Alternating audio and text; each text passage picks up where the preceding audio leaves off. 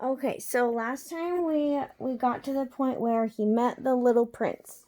So now we're going to start chapter 3. It took me a long time to understand where he came from. The little prince who asked me so many questions never seemed to hear the ones I asked him. It was things he said quite at random that bit by bit explained everything. For instance, when he first caught sight of my airplane, I won't draw my airplane, that would be much too complicated for me, he asked, "What's that thing over there?" "It's not a thing, it flies. It's an airplane. My airplane." And I was proud to tell him I could fly. Then he exclaimed, "What, you fell out of the sky?" "Yes," I said modestly.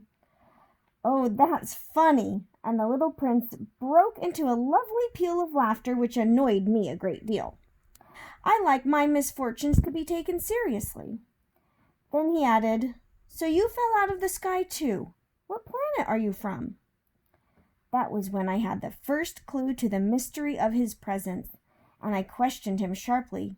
"Do you come from another planet?" But he made no answer.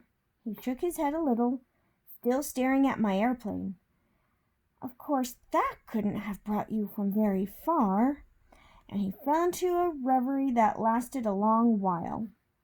Then, taking my sheep out of his pocket, he plunged into contemplation of his treasure. You can imagine how intrigued I was by this hint about other planets. I tried to learn more. "Where do you come from, little fellow? Where is this 'where I live' of yours? Where will you be taking my sheep?"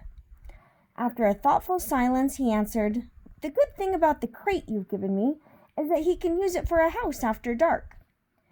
"Of course, and if you're good, I'll give you a rope to tie him up during the day and a stake to tie him to."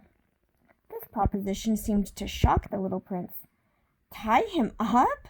What a funny idea! But if you don't tie him up, he'll wander off somewhere and get lost." My friend burst out laughing again. "Where could he go?" "Anywhere, straight ahead."